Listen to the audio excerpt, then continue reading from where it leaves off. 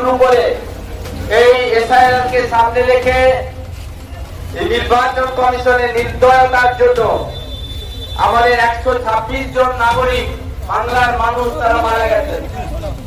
আমরা তাদের শহীদ অর্পণ করছি, শহীদ বেদিতে পুষ্পার্ঘ্য অর্পণ করছেন সম্মানীয় আমাদের ব্লকের কর্ণধার, দলের কর্ণধার দিলীপ মাঝি মহোদয়। উপস্থিত আছেন আমাদের ঘাটালের প্রাক্তন বিধায়ক, জেলা পরিষদের সদস্য সম্পদ দোলই মহোদয়।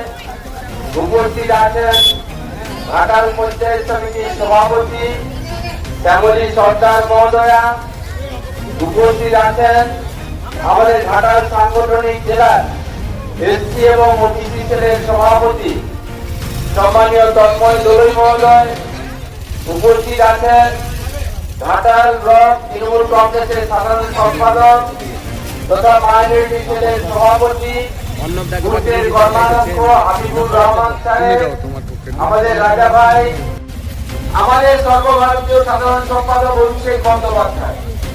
তিনি প্রথম থেকেই নির্বাচন কমিশনের সমালোচনা করেছেন এবং বারবার ক্যাটেগরিক্যালি বলেছেন। তিনি বলেছেন যে কাজটা 2 বছর ধরে করার কথা, কেন নির্বাচন কমিশন 2 মাসের মধ্যে করছে, কেন সংখ্যালঘু ভোটকে টার্গেট করা হচ্ছে। নির্বাচন কমিশন আমরা বিস্মিত হয়ে যাই।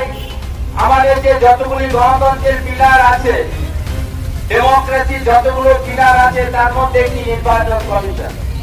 সারা পৃথিবীর বিভিন্ন স্তরে জননেতা, রাষ্ট্রনায়ক তারা লক্ষ্য করেন ভারতবর্ষে নির্বাচন কিভাবে চলছে, নির্বাচন কমিশন কিভাবে কন্ডাক্ট করছে।